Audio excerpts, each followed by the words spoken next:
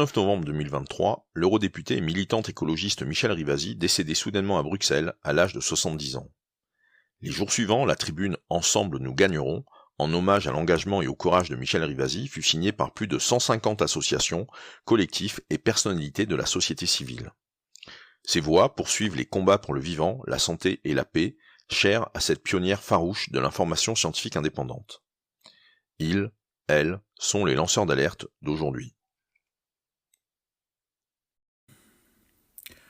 Aujourd'hui, sur Ensemble nous gagnerons, nous faisons connaissance avec Didier Lambert, le président de l'association E3M, Entraide aux malades atteints de la myofascite à macrophages.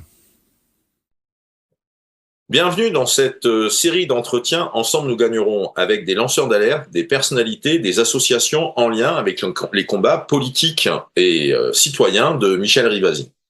Aujourd'hui avec nous, nous avons Didier Lambert, le président de l'association E3M, l'entraide aux malades atteints de myofascite à macrophages. Bonjour Didier. Bonjour Maxence. Alors, c'est peut-être la première fois pour certaines personnes qui vont nous entendre aujourd'hui, c'est peut-être la première fois qu'elles entendent cette expression. C'est quoi le problème? C'est quoi les enjeux par rapport à cette maladie aux malades atteints de myofascite à macrophages E3M? Oui, le nom de notre maladie est un nom un peu difficile à retenir. Je vois à chaque fois que quelqu'un veut la prononcer sur le terme myofasciite, c'est compliqué. Juste pour expliquer, myofasciite, c'est le it à la fin, c'est-à-dire inflammation. Donc c'est inflammation du fascia, qui est l'enveloppe musculaire. Et en fait, c'est une pathologie, c'est un syndrome de fatigue chronique d'origine toxique. Et l'origine toxique, c'est l'aluminium utilisé comme adjuvant dans la plupart des vaccins ou dans la grande majorité des vaccins. Voilà, donc ça c'est, après ce que les gens connaissent sans doute beaucoup plus, c'est la campagne que nous menons et dont je suis le porte-parole, qui est la campagne pour des vaccins sans aluminium. Parce que je crois que le sujet des vaccins aluminiques est quand même assez bien connu par la population française, par les élus, par les journalistes, même si c'est un sujet qui est polémique, mais je pense que nous allons y revenir. Oui, tout à fait. Donc là, c'est quoi justement, ce qui fonde l'action de l'association E3M et puis aussi de cette campagne pour se sortir des adjuvants aluminiques dans les vaccins. C'est quoi le problème? C'est quoi la situation alors? En préparant notre interview, mais il m'a paru intéressant de le faire de manière chronologique. Parce qu'en fait, on commence en 1921, on est maintenant en 2025, pratiquement 100 ans après l'arrivée des adjuvants aluminiques de l'aluminium comme adjuvant dans les vaccins. Qu'est-ce qui s'est passé en 100 ans, en fait? Et la chronologie, elle est intéressante, parce qu'elle va montrer que, au début, pas de problème. Je vais dire pourquoi on rajoute un adjuvant. Les problèmes surviennent, et maintenant, on n'en fait rien. Grosso modo, c'est la synthèse en quelques mots de l'histoire des adjuvants aluminiques. Donc 1921, on découvre que si on rajoute quelque chose aux antigènes dans les vaccins, on va améliorer la réponse de l'organisme. Donc il faut mettre un produit qui va asticoter le système immunitaire. Et donc en 1921, c'est quelqu'un qui travaille dans une entreprise qui va devenir GSK dans le futur, qui découvre que l'aluminium est un excellent produit parce qu'il va stimuler la réponse immunitaire quand on l'injecte en même temps que les antigènes. Et comme c'est un produit qui est bien toxique, l'aluminium, on le sait, et on le sait depuis longtemps, l'organisme va l'éliminer dans les 3 semaines. Voilà, donc ça, c'est la base de la mise en place des adjuvants dans les vaccins et d'adjuvants aluminiques en particulier. Longtemps après, mais il y a eu peu de vaccins qui avaient de l'aluminium, parce qu'on avait aussi, dans les vaccins obligatoires pour les enfants, il y avait aussi le DT polio qui était sans aucun adjuvant, qui fonctionnait très bien, mais je vais y revenir tout à l'heure. On fait un saut dans le temps, 1987, il y a une publication de Flarend et Hem. Hem, c'est le pape des adjuvants dans le monde entier, qui ont travaillé sur 4 lapins.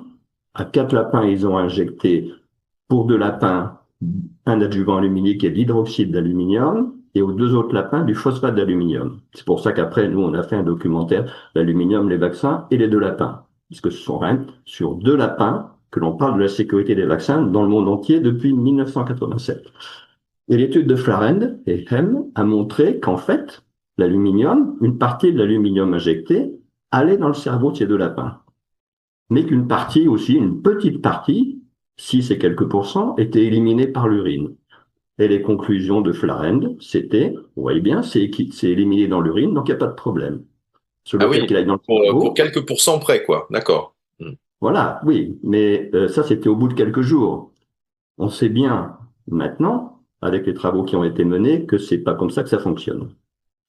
Je fais un petit saut dans le temps, mais pas beaucoup. 1993, la docteure Michel Coquet, qui travaille au CHU de Bordeaux, qui est responsable du service d'anapathologie, fait une biopsie musculaire dans le deltoïde, donc dans le gras de l'épaule, parce que c'est ce qu'on pratique quand des personnes ont des douleurs musculaires et qu'on veut en comprendre l'origine. C'est-à-dire, est-ce qu'il y a une pathologie qui est derrière ou pas, myopathie ou autre. Et elle découvre sur cette biopsie un amas noirâtre qu'elle n'avait jamais identifié. Et tous les ans, les anapathologistes de France se réunissent, ils ont une association professionnelle, une organisation professionnelle, elle en parle, personne n'avait jamais vu, et un an plus tard, Romain Guérardi, qui est responsable, qui est neurologue et anapathologiste à l'hôpital Henri Mondor de Créteil, découvre une deuxième biopsie similaire. Et tout le monde se demande ce que c'est, sachant que ça a été fait chez des personnes qui étaient malades, qui avaient des douleurs musculaires. Donc qu'est-ce qui se passe derrière ça? Il creuse et il découvre en fait, avec de la physique nucléaire près de Bordeaux, que c'est de l'aluminium. Ils comprennent pas pourquoi il y a de l'aluminium à cet endroit-là. Et ils découvrent après, ce que la plupart des gens ignoraient, c'était qu'il y avait un adjuvant à base d'aluminium qui était dans les vaccins injectés. Voilà. Et donc, ils retrouvaient au niveau du deltoïde, donc au niveau du site d'injection du vaccin. 1998, une publication dans le Lancet, 2001 dans le Brain, découverte de la myophasite d'un macrophage, qui est donc un syndrome de fatigue chronique d'origine toxique, l'aluminium, et qui se manifeste par des douleurs musculaires permanentes, un épuisement permanent et des troubles cognitifs autour de la mémoire immédiate. Alors, quand on parle de syndrome de fatigue chronique, ce qu'on appelle aussi l'encéphalomyélite myalgique, c'est un terme qui n'est pas obligatoirement très approprié. On entend souvent, ah oui, moi aussi, je suis fatigué le vendredi soir. Ça, on l'entend beaucoup. En fait, c'est pas du tout le cas. 96% des gens qui ont une myofascite sont en invalidité. 96%. Dont les trois quarts en invalidité totale. Ah Donc, c'est oui. pas une petite bricole. Ça, c'est la myofascite. Combien est-ce qu'il y a de personnes en France atteintes de cette pathologie? Officiellement, on serait un peu plus de 1000. On pense, d'après les travaux qui sont menés par l'unité INSERM de l'hôpital Henri Mondor de Créteil, que ce sont plutôt plusieurs centaines de milliers de personnes. Voilà. Le delta, il est très, très important. C'est lié en particulier aux déficiences de la pharmacovigilance, mais on aura peut-être l'occasion d'en parler un peu plus tard. Donc, 2008, la date suivante. Le DT polio, qui était donc l'adjuvant, le vaccin obligatoire en particulier pour les enfants, diphtérie, tétanos, polio, qui était sans adjuvant, donc obligatoire de l'injecter pour que les enfants puissent rentrer à l'école, par exemple, sa commercialisation a été suspendue parce qu'il y aurait eu une hausse importante d'allergies graves. En fait, on s'est rendu compte que c'était faux. On a réussi à obtenir les preuves de ce qui s'était passé. Nous avons attaqué au tribunal pour faux, usage de faux et escroquerie. Plainte contre X.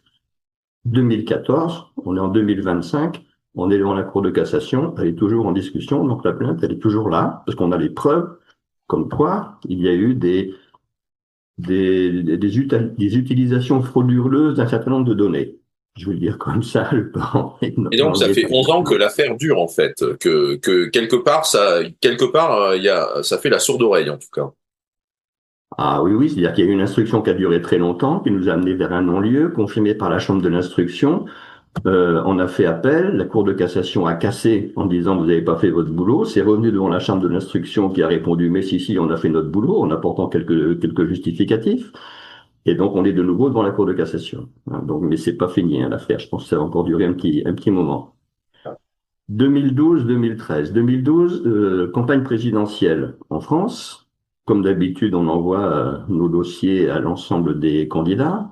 François Hollande et Marisol Touraine nous répondent, OK, on remettra à disposition des familles pour qu'elles aient le choix des vaccins sans aluminium et on financera la recherche. sur les êtres humains luminiques, leur toxicité, etc., et sur les possibilités de les remplacer.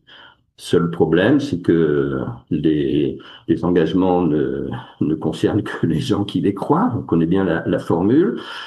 Une fois arrivé au pouvoir, il ne s'est rien passé et le financement des recherches menées par Romain Guérardi et son équipe ont été refusés.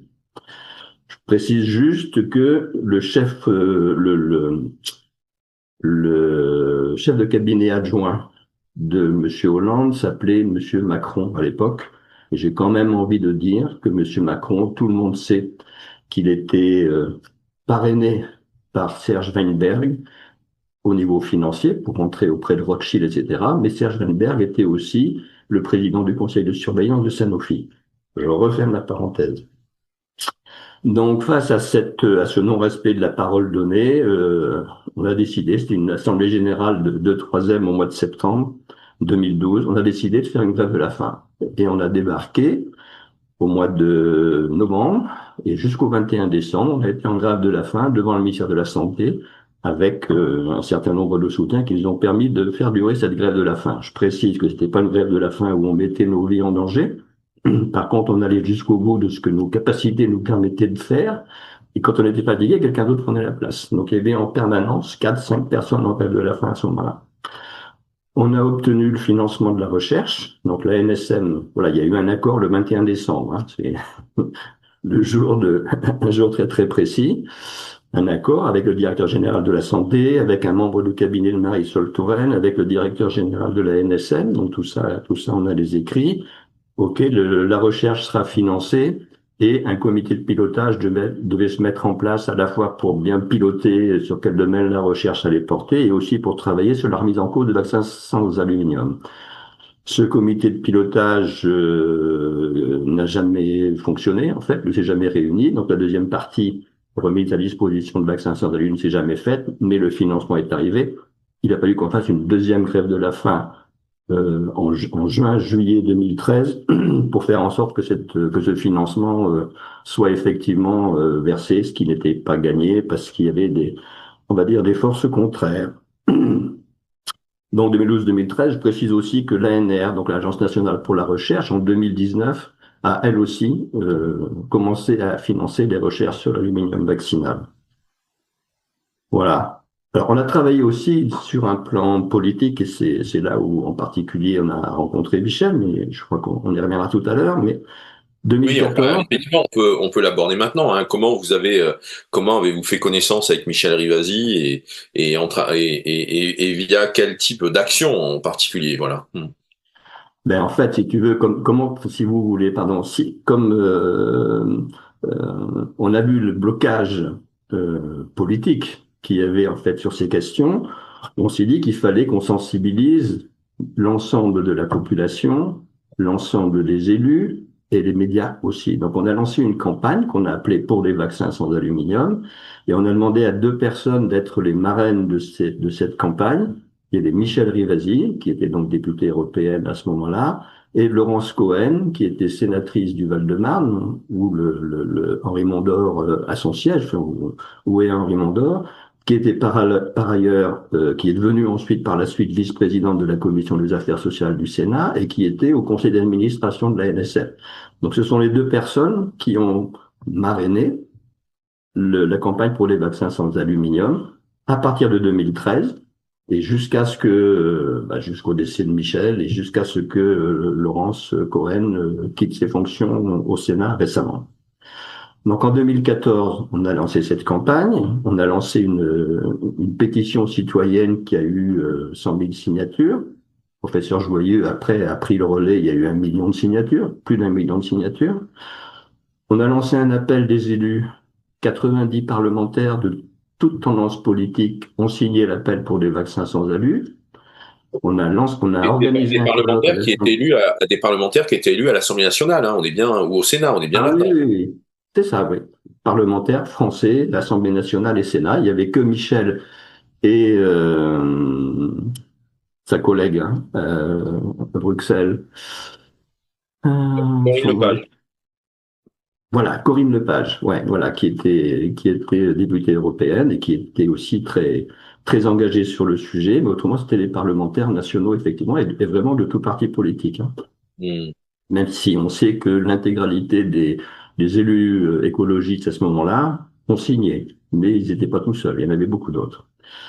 En même temps, on a organisé à l'Assemblée nationale un colloque, l'expertise internationale nous impose d'agir, où on avait invité des experts du monde entier.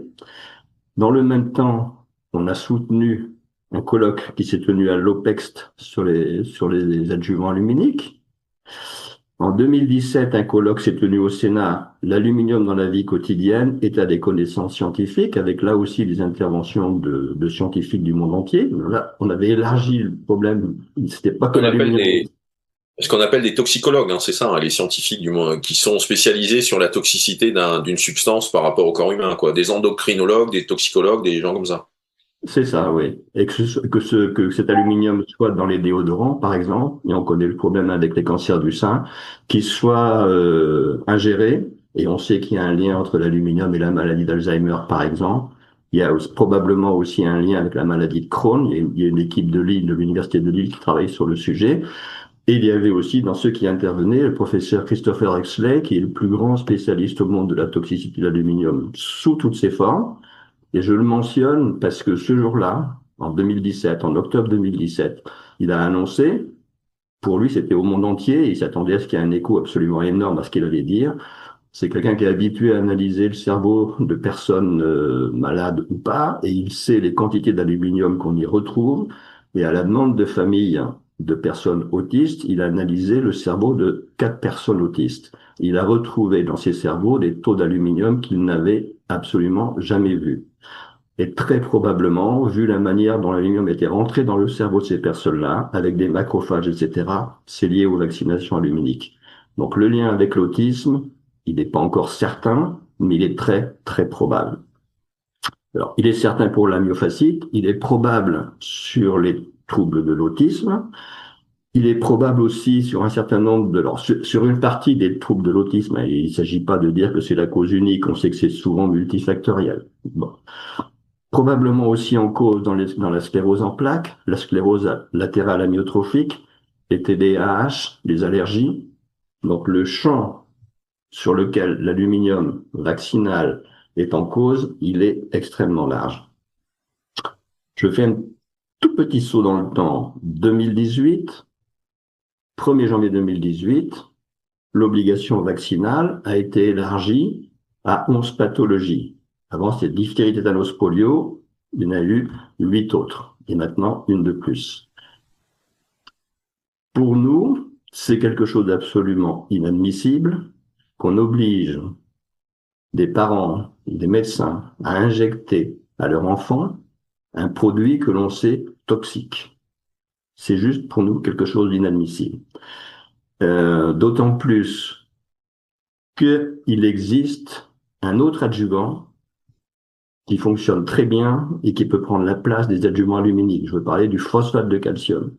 L'Institut Pasteur utilisait le phosphate de calcium dans tous ses vaccins de 1974 à 1986. Et après, la branche production a été rachetée par l'Institut Mérieux, les choses ont changé. Voilà, je ne rentre pas dans le détail. Mais il existe un adjuvant alternatif. Et on l'a fait vérifier, on a cofinancé avec la mutuelle familiale une review sur le phosphate de calcium pour nous en assurer. Donc on a un produit toxique, on a de quoi le remplacer, et pour l'instant, et en même temps, rien ne se passe. Voilà. Juste un mot sur ce qui s'est passé en 2016. En 2016, parce que là je dis 1er janvier 2018, élargissement de l'obligation vaccinale. Mais on pourrait nous dire, oui, mais il y a eu une concertation citoyenne avant. Oui, effectivement. Voulue au départ par Marisol Touraine et mise en œuvre par la ministre de la Santé qui lui a suivi, Agnès Buzyn. C'était une concertation qui était pilotée par le professeur Alain Fischer, dont on a entendu parler par la suite, et copilotée par Claude Rambaud du CIS, qui est le collectif interassociatif sur la santé. Ils ont mis en place une concertation citoyenne, il y avait 2 jurys, un jury citoyen et un jury professionnel de santé. Et qu'est-ce qu'ils ont dit? Alors, il y a eu quand on connaît un peu le fonctionnement des concertations citoyennes, il y a eu un temps de formation, etc., auquel nous avons concouru. Qu'est-ce qu'ils ont dit, les jurys? Plus d'aluminium dans les vaccins. Financement de la recherche sur le phosphate de calcium pour pouvoir le remplacer. Financement de la recherche sur les effets graves des adjuvants aluminiques pour pouvoir aussi indemniser les gens derrière. Pas d'obligation vaccinale.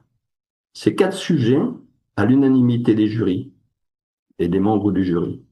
Et non, pardon, garde d'asile, c'était le quatrième point où il y avait unanimité. Et sur l'obligation vaccinale, 75% des jurés demandaient l'arrêt de l'obligation vaccinale.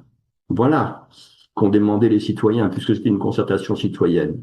Et le professeur Fischer les gens qui pilotaient la concertation ont fait exactement l'inverse. L'inverse. Voilà. On est encore, il y a le scandale sanitaire qui s'accompagne, pourrait-on dire, d'un scandale démocratique, ou en tout cas, à quoi sert de faire une consultation ou une concertation si ce n'est pas pour suivre les recommandations qui émergent du comité, du jury citoyen, enfin en tout cas du groupe qui fait le travail d'auditionner les experts. Oui, mais on l'avait avec le climat aussi, hein. La concertation sur le climat, c'est du même ordre. Donc, la concertation citoyenne, je pense que c'est un très très bon outil démocratique. Mais le diable se cache dans les détails, sachant que là, c'est pas un détail, c'est qui est-ce qui l'organise, comment on l'organise et à quoi on s'engage. Est-ce qu'on s'engage à suivre ce que disent les citoyens ou est-ce qu'on fait simplement semblant de les écouter puis après on fait tout l'inverse? Voilà. Donc on est là-dedans, quoi. Je voudrais juste rajouter aussi peut-être un point. Bon, j'ai dit que la myofasciite et la macrophage était un syndrome de fatigue chronique d'origine toxique, mais on est en train de découvrir que d'autres syndromes de fatigue chronique d'origine toxique existent, et en particulier pour les malades des implants Essure. Hein, on sait que les implants Essure ne sont pas si sûrs qu'on le pensait, ils ont même été maintenant interdits, ils sont retirés de la circulation.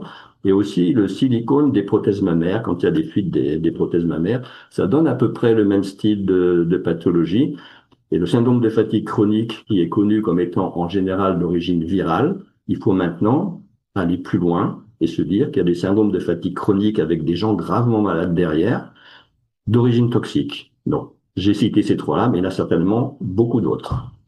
Oui, bien sûr. Ben, sur la question Essure et sur la question des prothèses, notamment PIP à l'époque, avec les fraudes aux prothèses mammaires, c'était des dossiers que Michel Rivasi avait suivis à Bruxelles, hein, et avait accompagné.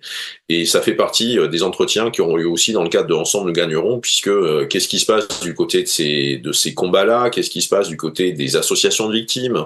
Comment ont-elles pu obtenir gain de cause? Où en sont-elles?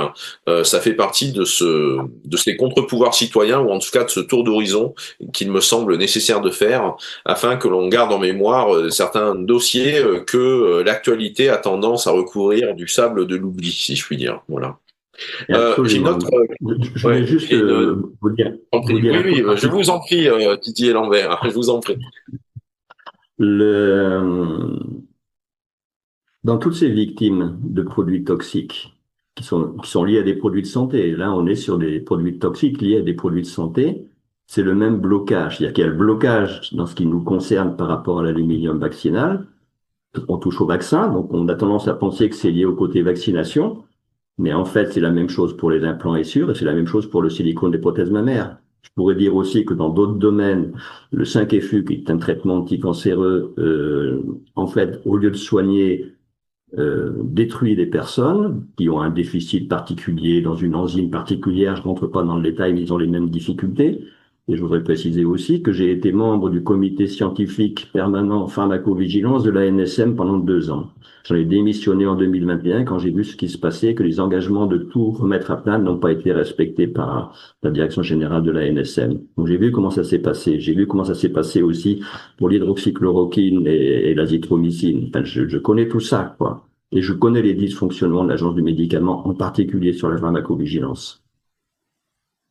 Alors, est-ce que vous pouvez, justement, en termes de priorité ou en termes de sujets chauds ou d'urgence qui s'imposent, est-ce que vous pouvez peut-être nous partager les axes d'amélioration, en tout cas les réformes à faire en matière de pharmacovigilance ou à la lumière de ce que vous avez pu constater, observer par vous-même, vu les dysfonctionnements que vous avez pu vraiment vivre de l'intérieur. La pharmacovigilance, en 2011, c'était l'ARSAPS à l'époque, l'Agence du médicament de l'époque, a décidé d'ouvrir la possibilité que les patients puissent déclarer eux-mêmes leurs effets indésirables. Et nous avons travaillé, 4 associations ont travaillé avec l'AFSAP pour mettre ce système-là au point, et le E3M en faisait partie dès ce moment-là. Comme je viens de vous le dire, j'étais comme représentant des associations de patients au comité scientifique permanent pharmacovigilance de la NSM. J'y suis rentré en ayant eu une discussion avec celle qui allait devenir la directrice générale, comme quoi il fallait remettre à plat toute la pharmacovigilance. Elle m'avait dit OK, on le fera. Et en fait, ça n'a pas été fait. Et j'ai vu ce qui se passait, comment les choses se passaient, et donc j'ai décidé de ne pas cautionner et de démissionner. La pharmacovigilance, il faut toute la refaire. 1 à 10% des effets indésirables sont déclarés par les professionnels de santé. 1 à 10%. Donc si c'est 1%, ça veut dire que, je vais prendre l'exemple du garde-asile, parce que c'est un sujet chaud aussi, les campagnes de vaccination dans les collèges, et les collèges, c'est absolument pas un lieu pour vacciner des enfants. On annonce 846 effets indésirables graves sur la durée de vie du garde-asile 4, le premier garde-asile de 2006 à 2020, 846. Si vous multipliez par 100, ça fait 84 000. Enfin, c'est ça, quoi. C'est ça la réalité.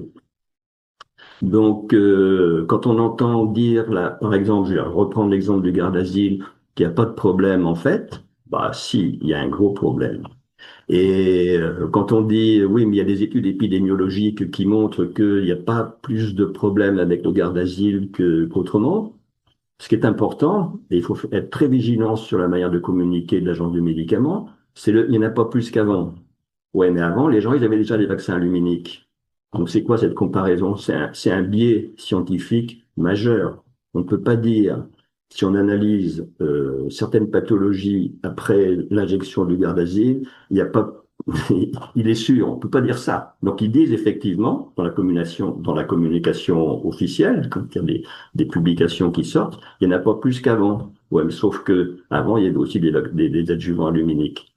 Et on voit bien que les taux d'autisme, par exemple, augmentent. Enfin, l'augmentation est exponentielle, on le sait bien. On sait qu'aux États-Unis, c'est maintenant un enfant sur 36 et même un enfant sur 31 dans certains États. Il faut juste bien comprendre ce que ça veut dire, un enfant sur 36, c'est-à-dire que dans chaque classe, il y a un enfant autiste. Voilà, donc tout est à revoir dans la pharmacovigilance. Bien évidemment, on doit prendre en compte les études qui sont menées par des gens indépendants. Nous avons actuellement un procès, enfin on a déposé une plainte auprès de l'Ordre des médecins. Je voudrais en parler juste un mot sur une personne qui s'appelle Dr Domergue, qui est intervenue dans une émission de France Culture pour défendre la vaccination en général et en disant il n'y a aucun problème et avec l'aluminium il n'y a aucun problème, etc. C'est juste faux. On a répondu par une lettre ouverte à France Culture qui ne nous a pas répondu. Ça, c'est un autre sujet. La docteure Domergue, elle est membre d'Infovac, qui réunit un certain nombre de pédiatres qui diffusent l'information sur les vaccins auprès de leurs collègues pédiatres et de beaucoup de généralistes. Les conflits d'intérêts d'Infovac et de son réseau, 18 millions d'euros sur les 5 dernières années. Je répète, 18 millions d'euros. Ils ont touché de la part des établissements de santé. Pardon? Ils ont touché de la part des labos. De la part des labos. Oui, oui, oui. Donc, on a fait un dossier, il est disponible, vous pouvez aller sur notre site vaccinsansaluminium.org, on a mis tout ça, on a tout publié, on a publié le détail de ce que chacun des membres du réseau avaient touché, de leurs partenaires associatifs, etc. 18 millions d'euros sur 5 ans par l'industrie pharmaceutique. Et après, ils vont nous dire que non, mais il n'y a pas de souci. Et bien évidemment, c'est bien d'intérêt. alors qu'ils doivent être déclarés quand ils passent dans les médias, ne sont pas déclarés. C'est sur ce point-là qu'on a attaqué la docteure Domergue. Très bien. Alors, comment soutenir E3M et comment augmenter l'impact de l'action de l'association? Mais comment nous soutenir? C'est déjà de relayer tous nos messages. Nous avons recruté parce que nous pensons qu'en ce moment, il est majeur de bien communiquer, largement communiquer sur le sujet. Donc, nous travaillons avec une professionnelle de la communication qui nous a rejoint. Donc, relayer les informations qu'on diffuse sur les réseaux sociaux, diffuser le lien de notre site internet parce qu'il y a beaucoup d'informations. On est en train de le mettre à jour, il sera mis à jour d'ici la fin de l'année. Et puis après, l'argent, c'est le nerf de la guerre, hein. On va pas se cacher, on est en guerre contre ce système qui détruit les gens plutôt que de les protéger. Donc, on a 3 procédures en justice en cours. Le DT Polio, j'en ai parlé, hein. La plainte pour faux usage de faux et escroquerie qui est toujours en cours. On va en cassation. Vous imaginez les coûts d'avocat derrière. J'ai parlé de la plainte contre Madame Domergue. On a aussi une procédure contre Google. Il faut pas avoir peur d'y aller aussi. Ça nous semble important quand ils nous censurent le documentaire scientifique dont je parlais tout à l'heure, l'aluminium, les vaccins et de lapins. Quand ils censurent les interviews qu'on a pu faire du professeur Christopher Exley, qui est la référence mondiale sur la toxicité de l'aluminium. Oui, c'est une atteinte à la liberté d'expression et donc on est en procès contre Google. Ces actions en justice coûtent cher, bien sûr. Et puis, on soutient la recherche, parce que si on n'est pas là, ben, les choses avancent pas obligatoirement aussi vite qu'on le souhaiterait. Et donc, des actions de communication. Donc, ben, c'est clair que l'argent est le nerf de la guerre et on a besoin financièrement d'apports conséquents. Merci beaucoup Didier Lambert pour cette présentation. Merci pour votre engagement hein, de longues années malheureusement, mais nécessaire et pour le soutien que vous pouvez apporter aux victimes. Voilà, ensemble nous gagnerons. Merci, Maxence.